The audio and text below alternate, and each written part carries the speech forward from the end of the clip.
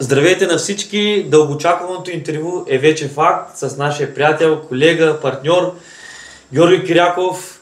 Много хора ни отправиха запитвания за неговите състезания, за подготовката, така че днес ние ще поговорим малко. Първо, благодаря, че дойде. Благодаря за поканата. Че ни уважи. И нека да започнем от самото начало. В възходящ чест, разбира се, с първото състезание да започнем да направим една статистика с медалите, с състезанията. Първо да ми кажеш, първото състезание къде беше? Първото състезание беше в Пловдив. То ми се падна като малко неочаквано, защото аз планирах първо да изляза на NPC-то в София, защото то ми трябва като да взема квота, за да мога да ходя на проквалификации.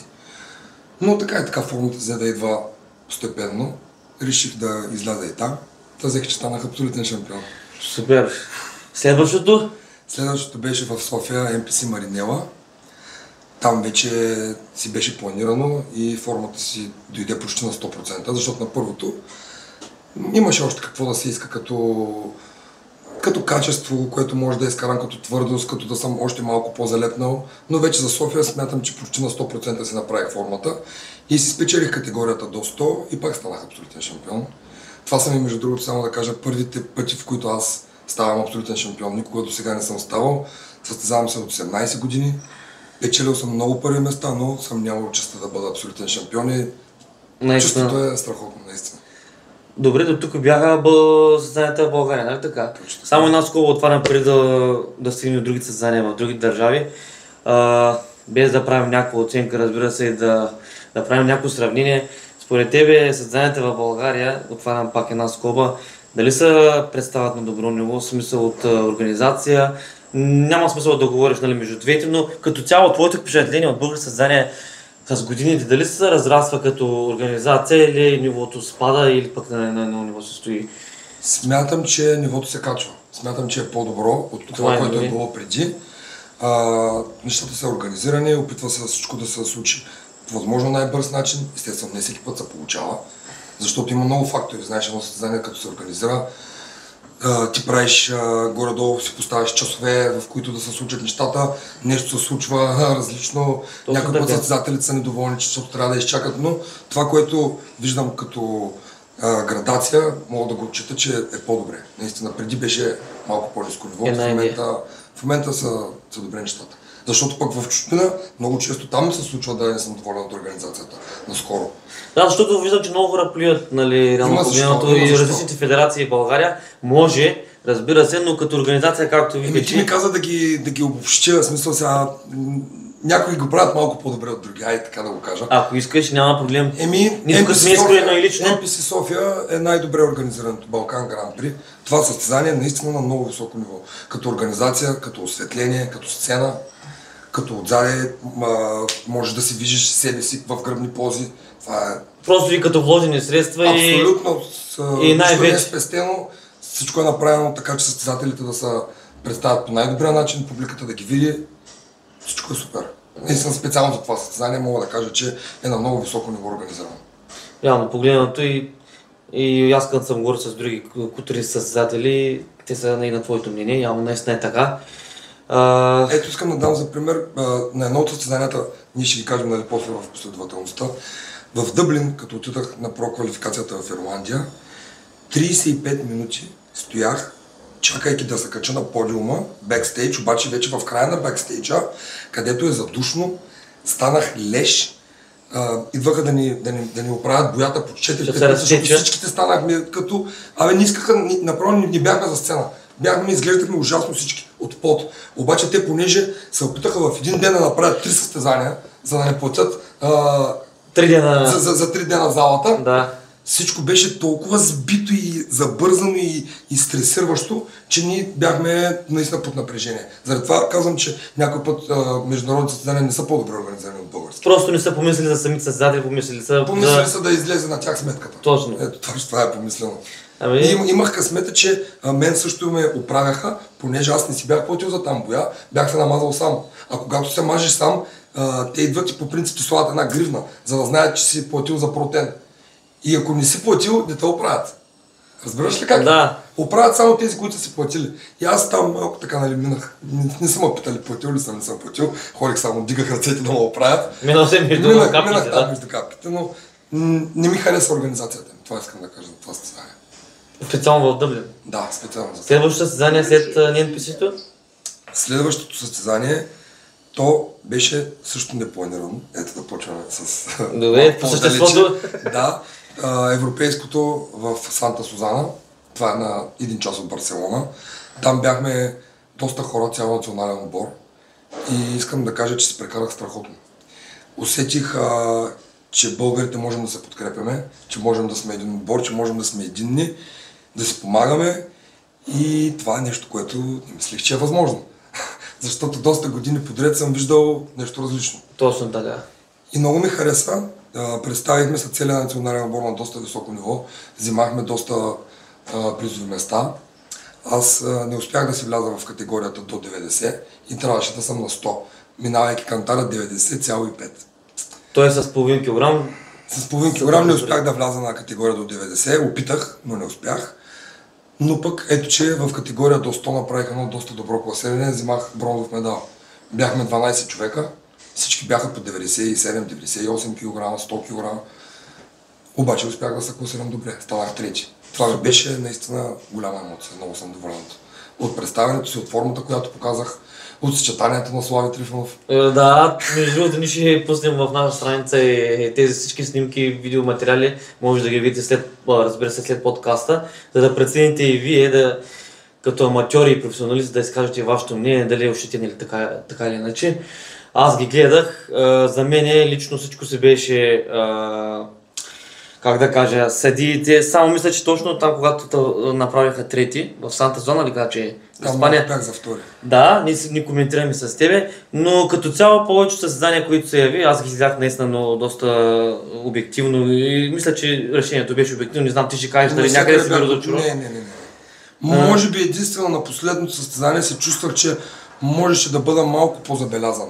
Добре, нека да продължим с хронологията на състезанията. След Санта Сузана, кое състезание беше следващото? След Санта Сузана дойде Швеция. Първата реално проквалификация за прокарта, където исках да се явя. Където е най-голямата ти цел, реално погледнато. Това гоня вече от, мисля, че поне 5-6 години. 5 някъде. И се ми се използва за малко. Имам няколко пъти вече спечелена категория на проквалификация. За прокарта? За прокарта, но вече когато се наредиме на абсолютната категория, прокартата е една. Просто там губя най-вече от обеми. По-големи са от мен и някак си ми трябва още размери.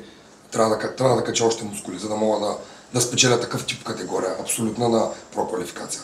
Ако трябва да сме честни, просто имам нужда от още килограми за там. А най-често стават, реално погледнато, по-голямата категория, по-тежката нормално, но имало ли в тези, аз не съм да питал, във всички тези състезания, които си бил от сега, нали, който ги направи, имаше ли прокарта взета с категория по-ниска от 90 или не съм виждал никога.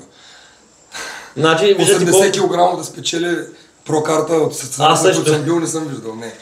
Просто че колко много е важно той реално погледнато, както Георги каза, там винаги наистина накрая масата печели.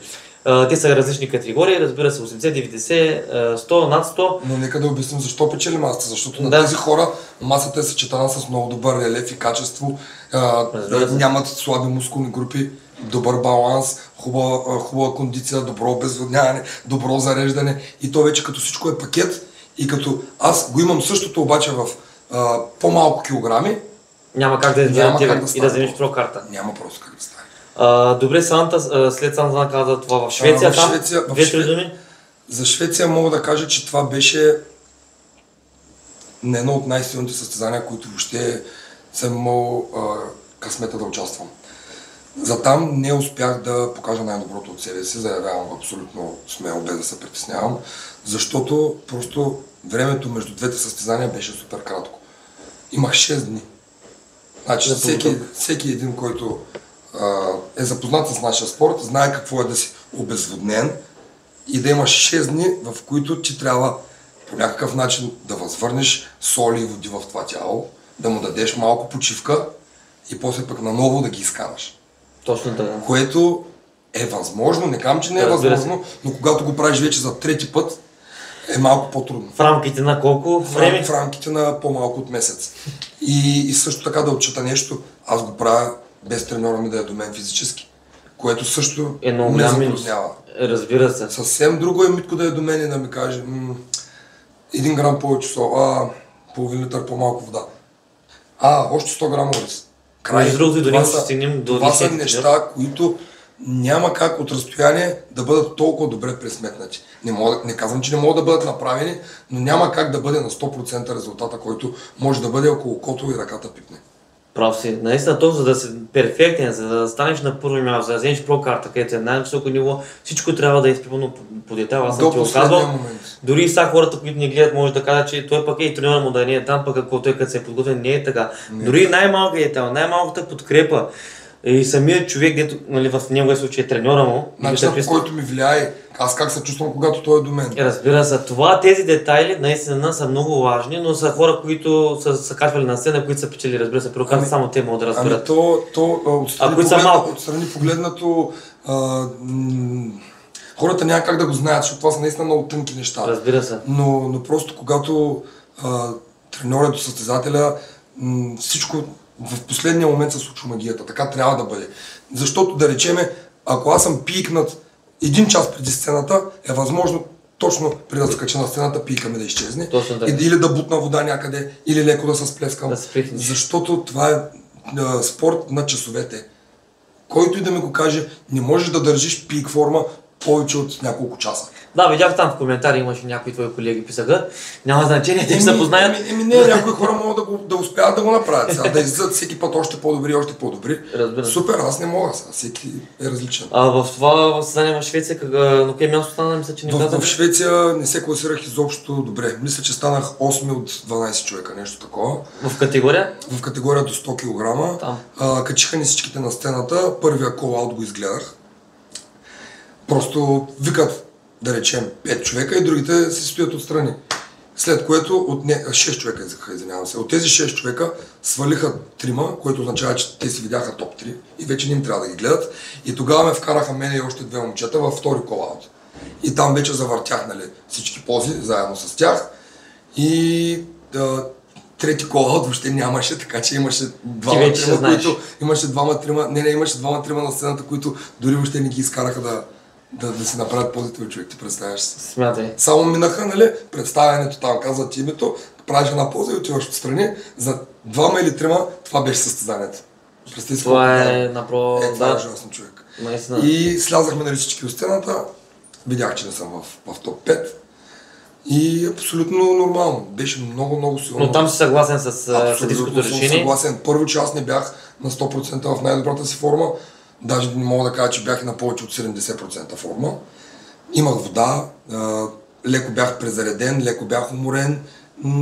Не беше кондицията, която трябва да бъде. И в същото време пък, дори да бях в най-добрата си форма, смея да твърдя, че повече от 5-то място не се дава в тази категория. Просто първите 4 бяха много добри. Това е хубавото, че си искрен. Между другото, заблянах много състезатели в днешно време, че всеки пишат някакви дълги постове и ти си ги виждал. Пак няма да казвам имена, където казва, че трябва да са първо място, са гощини. Наистина има съдийско... Случва се някой път. Разбира се, аз го виждам. Има съдийско, как да кажа, точно така, пристрастие и много важно да отбележим, че не е само в България. Разбира се, че ги има на други състезания. Някои федерации имат много силни лобита, човек. Да. И просто си ги лансират. Разбираш, испанци, германци, натискат се яко. Не, аз го виждам, защото просто малко или много задрана, защото само нашите федерации се плюят. Не казвам, че ние сме най, но те всички си знаят, че, има в България съди, които се лансират техни състезатели. Това го виждам и в други, даже големи състезания. Със сигурност не е само у нас. Ето сега последно може даже една скоба да отворим Мистер Олимпия. Двамата, този Дерек Лунсфорд беше и другия Ник Уолкър ли беше, че аз много... Да. Всеки каза, че Ник Уолкър беше на първо място, обаче директно го сложиха него по точки, реално погледно. Всеки човек... Там вече, когато е на толкова високо ниво човек, субективността на спорта си дава своето отражение. Но там всичките... Значи, ако аз сме съдии И тези двамата човека са пред нас, те са и двамата изроди, бе, човек. Да, наистина. Ако аз кажа, че харесвам това, пък ти кажеш, че харесвам... Никой няма да греши. Никой няма да е в грешка. Това се опитвам да ти обясня. Субективност край. Точно така. Apples and oranges, разбираш, всеки харесва различното. Точно така. Остана мисля, че още едно състезание, което не сме коментирали. Още 2 състезания останаха.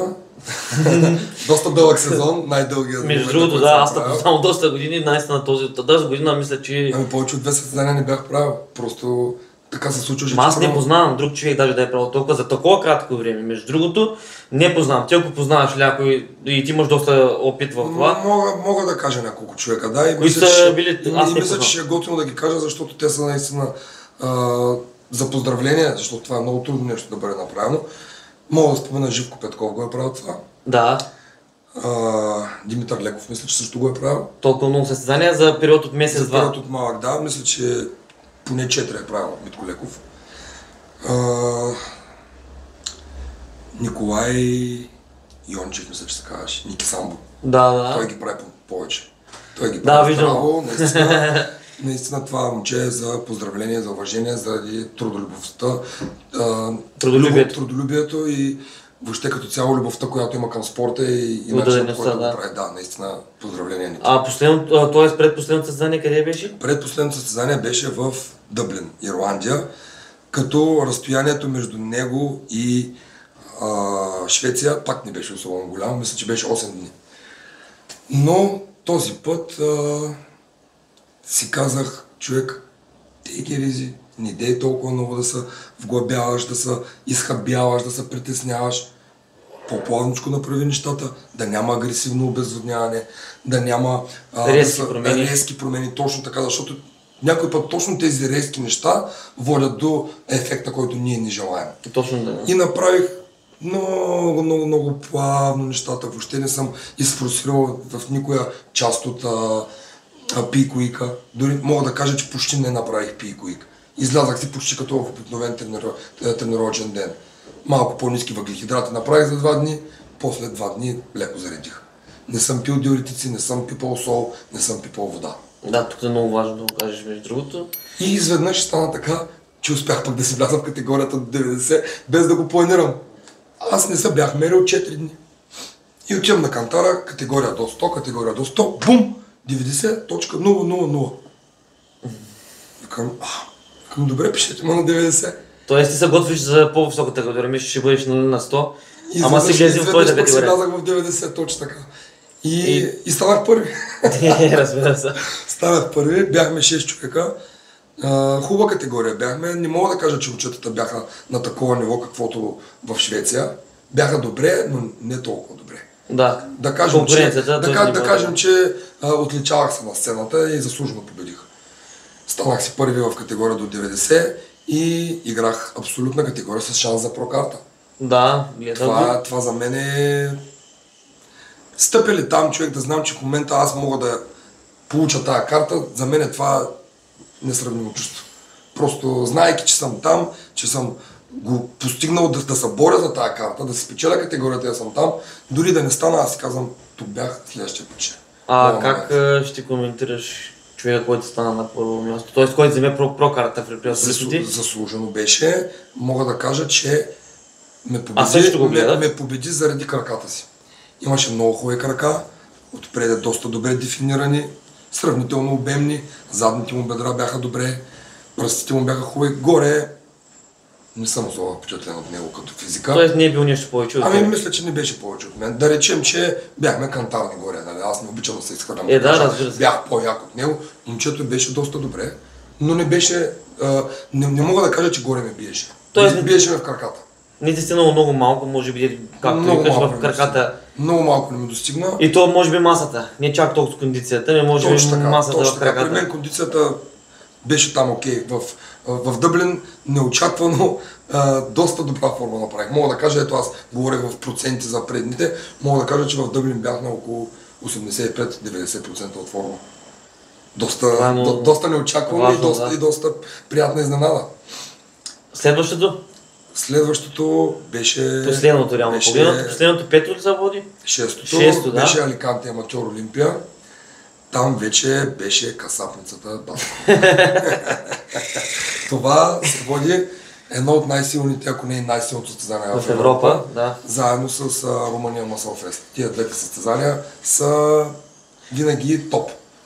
Като организация и като състезатели и въобще като между емоция. Там отварям една скоба, извинявай, че те там между другото забелязвам, че идват и състезатели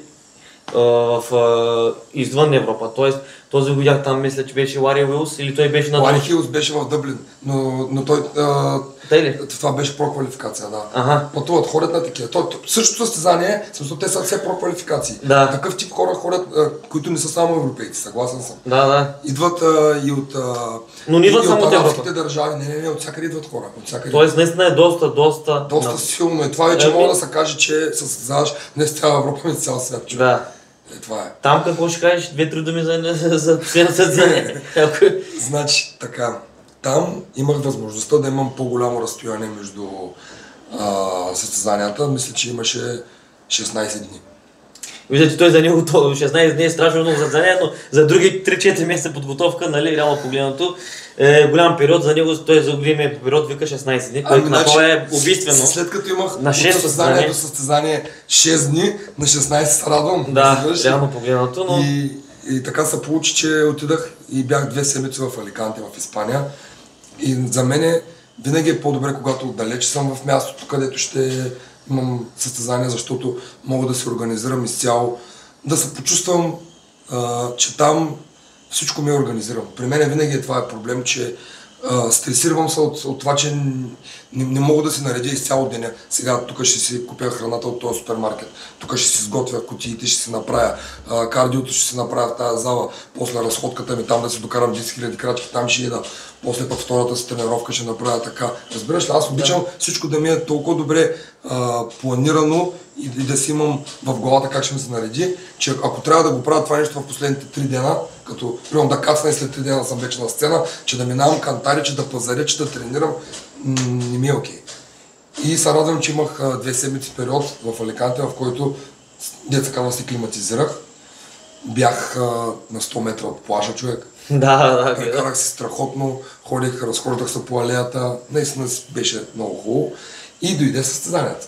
Да, най-важното. Формата ми беше, може би, една от най-добрите, в която съм бил. Не мога да ги сравня, примерно, с тази от европейското и тази с NPC Балкан При, защото там бях една идея по-свеж човек. Аз също така мисля. Една идея нека да го кажем... Не е стормозен. Да. Стоиш по-топче, стоиш по-твърд, стоиш захлебен, бе. Да. Аз ги гледах. Докато в Аликанте кондицията стана на ренде, обаче една идея, просто вече обема не можеше да стои толкова свеж. Мускул стои по-уморен, има вид на изтормозен бе човек. Да, точно. Това е. Но наистина формата беше топ. В смисъл, като си направя позата, аз съм качил и снимки, и клипове. Не ще качим пак. Като си направя позата, страхотно изглеждам, нямам забележки, някакви да кажа, това тук не ми харесва, това не ми харесва. Но оверал погледнато изцяло, на тези 2 състезания, които споменах преди това, стоях една идея по-свеж и по-топчест. Ти в пак категория влезе сега това последното? Пак успях да вляза на 90. Успях да вляза. Кое е място? Въобще не смятам, че мога да кажа на какво място съм, понеже този път бях... Колко човека бях ти? Бяхме 12 човека. Може би съм 11 или 10 или 12. На някои от най-последните места съм. Ще кажа защо. Разделиха ни на 2 групи. Първо излязаха първите 6, представиха ги, слязаха. След това качиха втората група. Аз се качих с нея, представиха ни нас 6-тимата, слязохме. След което качиха всички ни на сцената и се извикаха топ 6. Директно, които ги виждат за топ 6. Те се изиграха, нали, сравнително позиране, дръпнаха ги. Извикаха втора редица. Мен пак ме няма човек. Разбираш? И вече си казвам, бре... Тоест ти стоиш за бакстейджа, не на бекстейджа, аз гледам състезанието от сцената. В смисъл, значи първо викат ни 6. Да? От тези 6 пак, както пред другите състезания, свалиха няколко и викнаха още 3-4. И примерно аз и още 1-2, само си стояхме, както уния дето ти обясних човек на предно състезание. Така. Обаче пък поне, за разлика от онези мен поне ме викнаха накрая, направиха и сега елайци, разбираш. Като се вижда и по физиономията ми. Значи, много изнервен между другото. Аз трябваше, аз стоя в тази част на сцената и той вече съдята не така прави. И аз тръгнах насам, то направо не ми се ходиш към него, исках да ме далече, да не го виждам. Заобиколих и отседах от тази страна да позирам. Изкарах си позите, човек не бях погледнат. Разбираш ли? Значи съдиите са и тук наредени, аз съм и тук и съм просто позирам за публиката и себе си, разбираш. Всички погледи са насам, аз съм просто един статист, който там запълва, нали, декор. А според теб имаш ли някакво, защото това на какво се дължи, че не ти обърнаха внимание на твоята кондиция, разликата между, нали, другите състезатели и тебе, или това може би, че си от България, или пък не знам, кажи ти според тебе. Реално погледнато аз не мога да знам. Мога да гадая, мога да кажа аз как се чувствам, но реално в тяхната кола няма как да знам какво е, защото в тази втората редица, където мен ме викнаха, ние бяхме 6 човека, от които аз само един или двама мога да кажа, че са по-добри от мен. Реално аз мисля, че бях тук, на това състезание бях за 7 или 8 място, не за 10-12. Да. Защото, значи аз бях най-в края и въобще не бях извикан навътре да бъда сравнен дори с хората от втория колаут, човек. Разбираш ли? Те си ги повъртяха малко тях, примерно да си ги нагласят там 6, 7 или 8 или както ги виждат. А аз си стоях тук и въобще никой не ме гледаше. Много е гадно. Защото аз за първия колаут нищо не казвам, човек. Разбираш? Тия шестимата бяха извънземни. Аз не мога да ти обясня колко кораби бяха, никъде не мога да намеря снимки или клипа, може би за по-добро, защото ще ми излязат някакви стресници, нещо ще се случи с мен, разбираш, ако ги видя пак. Но просто тези хора бяха на много високо ниво. Това е целогодишно натискане, много голяма дисциплина, страхотен ген, много средства. И може би те са готвили специално за това състезание. Това им е пийкате, тук искат да са на макса. Точно, може би там е бил проблема. Един от проблемите. Да, един от проблемите. Разбира се. Но аз ти казвам, реално не се сърдя, че не ме сравнеха с тези първите 6, защото те наистина бяха, да речем, на много голямо, много по-добри от мен. Разбираш, съгласен съм да го приема. Но във втория колаут, че не ме вкараха малко по-навътре да ме сравнят с останалите, не ми стана приятно, човек. Да. Не ми стана хубаво. Добре, ако трябва да направим една оценка на всички състезания, ти сам за себе си да кажеш доволен ли си от представянето си. Разбира се, че тук ще дойде момента да споменеш и, нали, хората, които са виновни за това нещо, но като цяло, аз лично за мен, аз сега ако трябва да говорим двамата, ти направи наистина, аз те познавам доста години, ти много добре знаеш, ти за мен тази година беше твоя. И аз наистина очаквах ти да вземеш прокарта.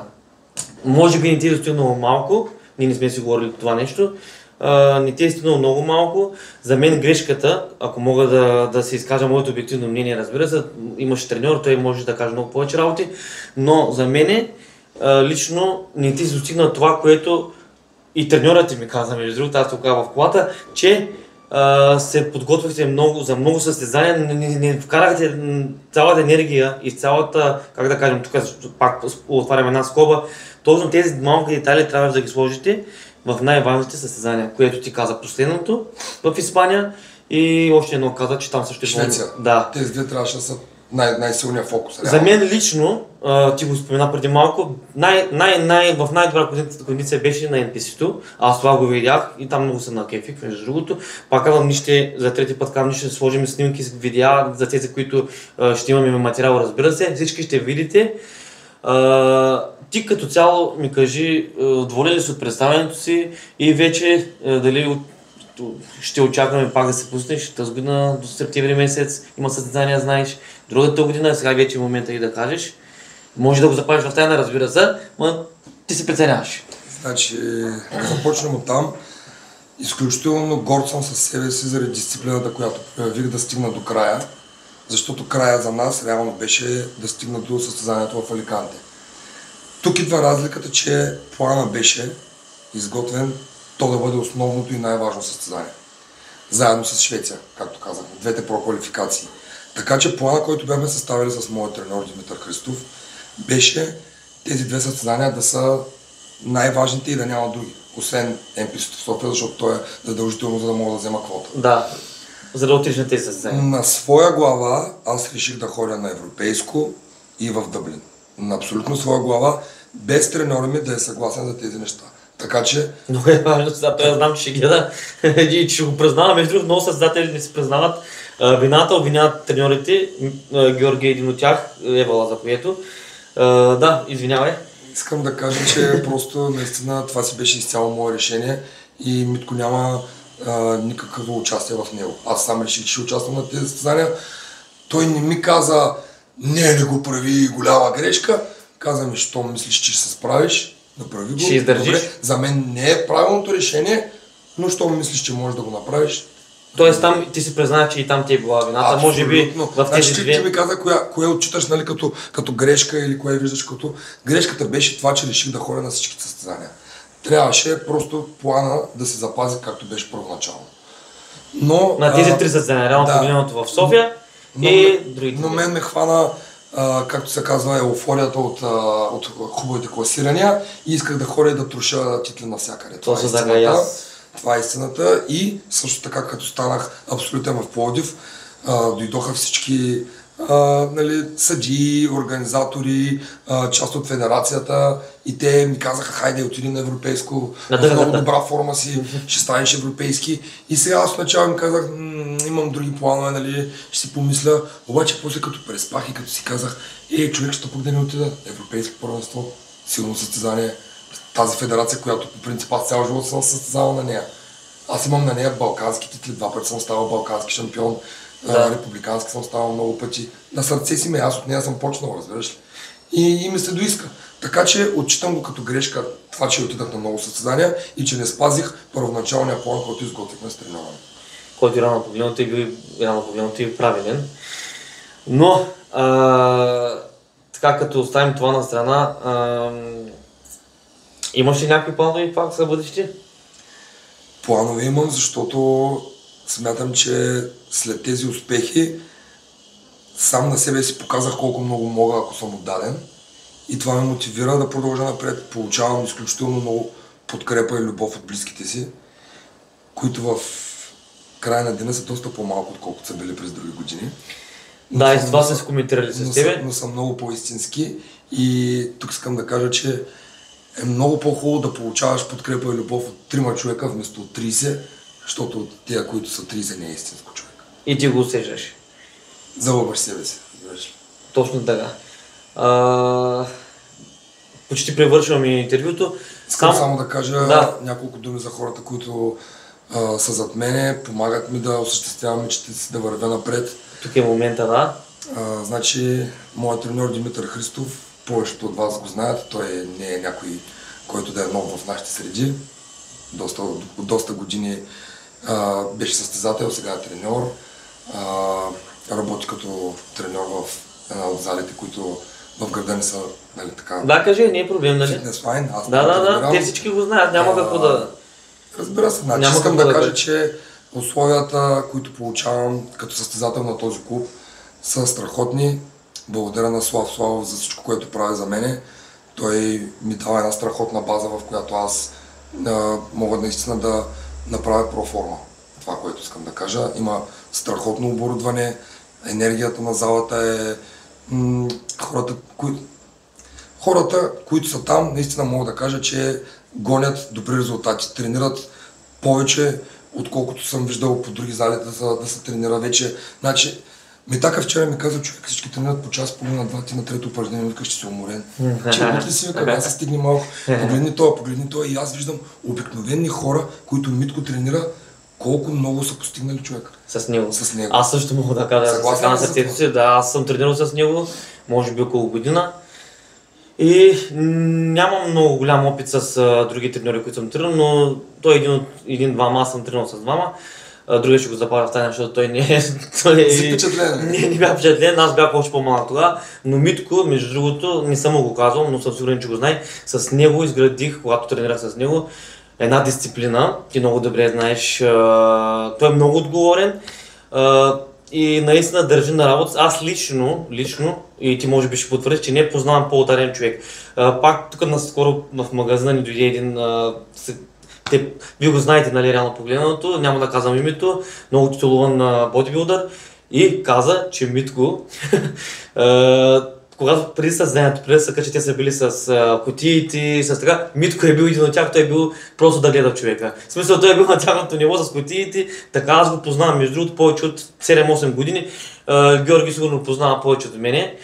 Той не променя, този човек наистина е за похвала. Аз не съм срещал отдаден човек на професията си лично, с ръка на сърцето мога да се го кажа. Поздравления! Всички, които го познат, може да потвърдят същото. Наистина е за похвалност и се радвам, че на теб треньор. Между другото, само на скоба отварям, тъй като Искрен и лично, аз те познавам тебе също доста години, ти си бил с други треньори. С много други треньори. Си пробвал, говорили сме много, имали сте, нали, и пререкавания, това ще го оставим на страни, но ти си виждал, нали, не си бил доволен от други треньори, няма да говорим с имена, и виждаш как, когато се намериш твой треньор, как стават резултатите и как реално гледането и тази година ти имаш най-много успехи.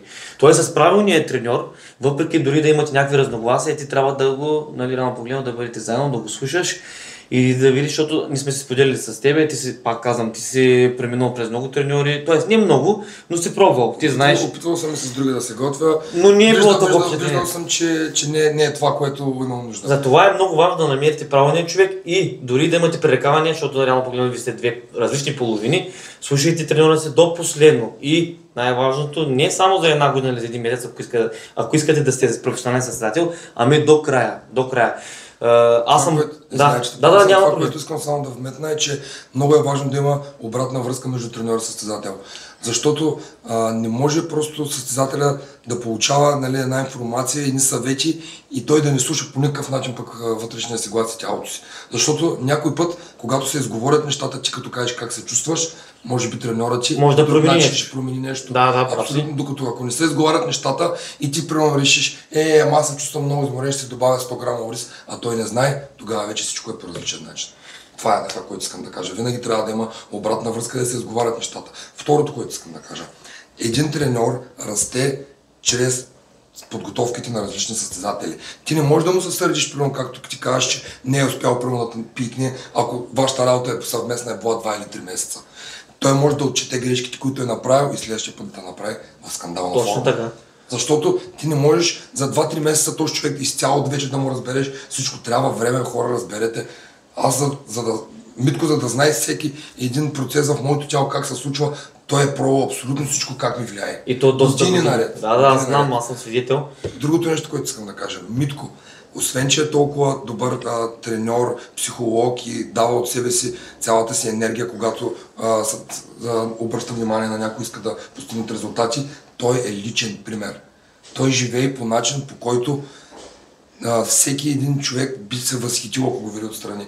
Защото той не яде нищо различно от това, което си му е в режима. Значи аз станах балкански шампион, всички щастливи, ни пици хвърчат, всеки бири работи.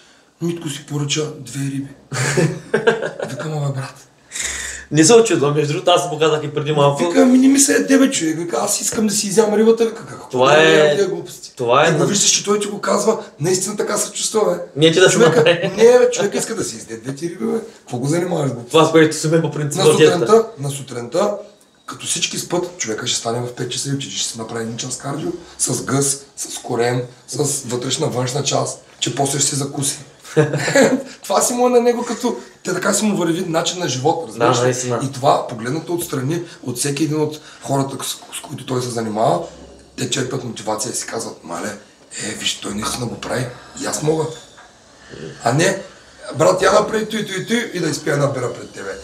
Различно е. Личният пример е нещо много голямо и важно според мен. Точно така. Някакви нещо друго, финални думи нещо да кажеш? Финални думи, значи искам да кажа на всички момчета, които имат амбиции да се състезават и искат да влязат в тази сфера. Ако ще го правите, наистина правете го по начин, по който ще мислите на първо място за здравето си и на второ място няма да бързате. Защото всяко едно бързане лишава ни от здравето. Второто, което искам да кажа, което ти вметна, не допускайте грешките, през които съм минал аз и всеки един състезател с толкова много опит. Избегнете го чрез намирането на треньор. Значи, не може да си готов да даваш пари за 4 вида химия, а пък да не си позволиш да дадеш, да речем, 200 лева на месец за треньор. Разберете, че тези неща, това са инвестиция в самите вас. Да. И това нещо ще работи за вашето бъдеще. Защото важно е, хора, важно е някой да ти следи нещата, важно е някой да ти дава обратна връзка, друго мнение. Ние не сме готови да изфорсираме себе си до начина, по който е нужно, за да постигнем толкова висок резултат. Аз съм на това мнение. Ти или аз сами никога няма да направим до там нещата, доколкото трябва, за да се достигне до там. Винаги леко ще искаш да пуснеш гъста. Аз съм на това мнение. Да, наистина, аз те подкрепям в това, нали, в твоето мислене. Само, тъй като наистина времето напредва, за да не става много дълго интервюто, обещаваме, че ще направим второ интервю.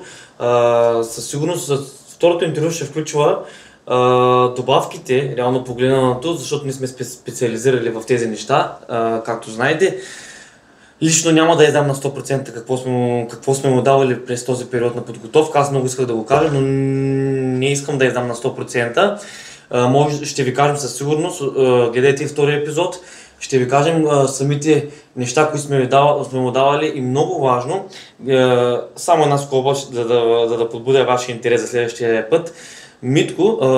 Георги, извинявам се, пропускаше, ние го познаваме, аз се познавам доста години с него, пропускаше нещо много важно, когато е в процес на качване на килограми, когато взима стероиди, няма какво да крим. И разбира се, в подготовката му за състезанията пропускат много важен хормон, който аз му го казах и всички състезатели също забелязвам, хормон на стрес, разбира се, кортизола. Това нещо винаги трябва да се регулира, когато сте в състезателен период. Не говоря само за кондиция, говоря и, разбира се, и за лични и семейни отношения. Много е важно кортизола да е в норма. Именно той е много отговорен за мускулния растеж, разбира се, а кортизолът е висок, всеки го знае. Той мисля, че до сега не беше си го регулирал или не беше го до такава степен. Не бях вземал толкова неща в тази посока, да. Аз това нещо го разбрах, сега разбира се, че няма да... заслугите не са, разбира се, на това, но това е много пак, аз ви казах и преди малко, всеки малък детайл е важен за успеха на състезателя. Затова мисля, че тази година това нещо го регулирам с кортизола.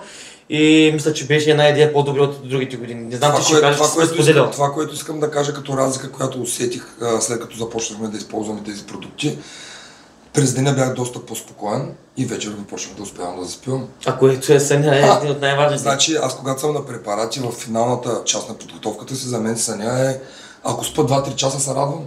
Въртене, потене, ставане, туалетна, нещо страшно е. И когато вкараме тези неща, аз започна да спя. Да, аз може би това видях като минус и което то не е минус, е реално погледнато от моята практика. Възстановяването, че няма как да се възстановиш без сън.